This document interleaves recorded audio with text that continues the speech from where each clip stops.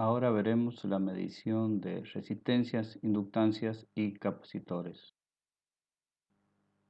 Para medir los valores de componentes pasivos, inductancias y capacitores, en la mayoría de los casos es necesario utilizar corriente alterna. Esto es así ya que una inductancia se comporta como un cortocircuito para corriente continua y un capacitor se comporta como un circuito abierto para corriente continua. Un método para medir estos componentes es el puente de Wheatstone. El sistema de puente de Wheatstone nace para medir las resistencias, utilizando corriente continua. Posteriormente se desarrollan para medir impedancias con una fuente de corriente alterna. Ahora veremos el principio de funcionamiento del puente de Wheatstone. El circuito puente permite la medición de una resistencia en base a otras tres cuyos valores son conocidos. La medición tiene una exactitud que depende principalmente de la precisión de las tres resistencias consideradas patrones, además de la sensibilidad del puente. En un puente de Wheatstone, cuando la diferencia de potencial entre la rama D y B del puente se anula, el mismo está en equilibrio. Por el microamperímetro no circulará corriente, produciéndose la siguiente relación: R1 por R3 es igual a R2 por R4. Conociendo tres de ellas se puede averiguar el valor de la cuarta. Podemos ver el desarrollo que lleva a esta conclusión.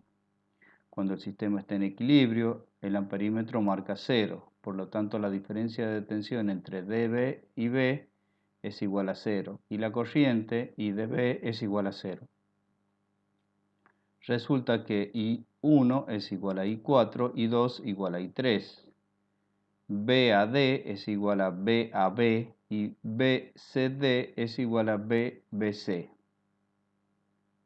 Analizando por una rama podemos ver que BAD es igual a R1 por I1 y BDC es R4 por I4 igual a R4 por I1.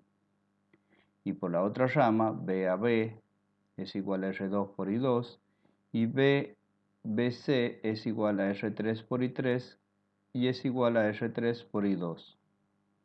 Como AD es igual a AB y BDC es igual a BBC, resulta que R1 por I1 es igual a R2 por I2, I2 sobre I1 es igual a R1 sobre R2, y como R4 por I1 es igual a R3 por I1, I2 sobre I1 es igual a R4 por R3.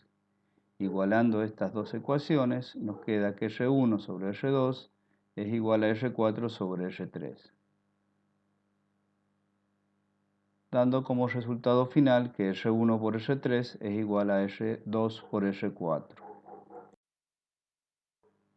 Lo relacionado se puede expresar como: estando el puente en equilibrio, el producto de las resistencias cruzadas es el mismo. La fuente de alimentación del puente no tiene influencia en cuanto a la precisión de la medición. Para realizar la medición en forma correcta se utilizan dos resistencias fijas conocidas y de baja tolerancia y una resistencia variable también conocida de baja tolerancia.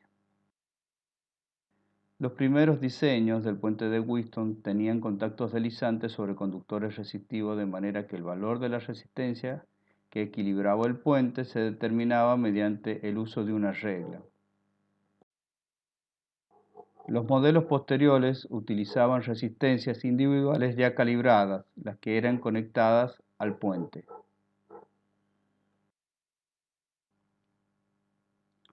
Normalmente se utilizan arreglos de resistencias calibradas. Se puede componer cualquier valor de resistencia conmutando resistencias que aumentan de 10 en 10.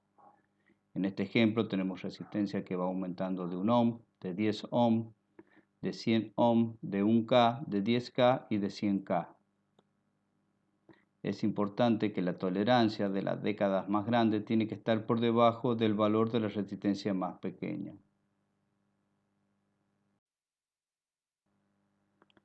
Ahora analizaremos qué sucede para un puente de corriente continua. Para las mediciones de resistencia normalmente se utiliza corriente continua, con lo que deja de ser relevante la construcción de las resistencias. Si R4 es igual a Rx, resulta que Rx es igual a R3 por R2 sobre R1, siempre que IBD sea igual a 0. Cuando R1, R2 y R3 poseen los valores adecuados para satisfacer esta ecuación, la corriente en el instrumento resulta nula, a pesar de que la corriente en las 4 resistencias puede ser considerablemente intensa. Generalmente para corriente continua se utiliza un potenciómetro lineal de alambre en reemplazo de R1 y de R2.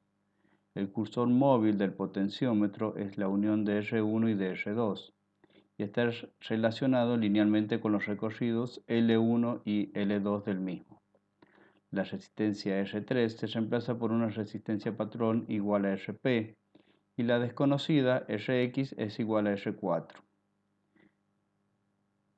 La variación del potenciómetro hace que simultáneamente se produzca el incremento o disminución de las dos resistencias involucradas, R1 y R2, con lo cual habrá un valor de esta combinación que producirá el equilibrio necesario. No se hace necesario trabajar con R1 y R2, ya que estas son función del recorrido L1 y L2. Por lo tanto, Rx es directamente Rp por L1 sobre L2. En puentes comerciales, el cursor tiene un índice y en lugar de las divisiones se colocan los valores de la resistencia desconocida. Para cubrir todos los rangos, generalmente se dispone de una llave que conmuta las diferentes Rp, siendo las mismas múltiplos de 10, con lo que solamente se necesita una sola escala indicada en ohm.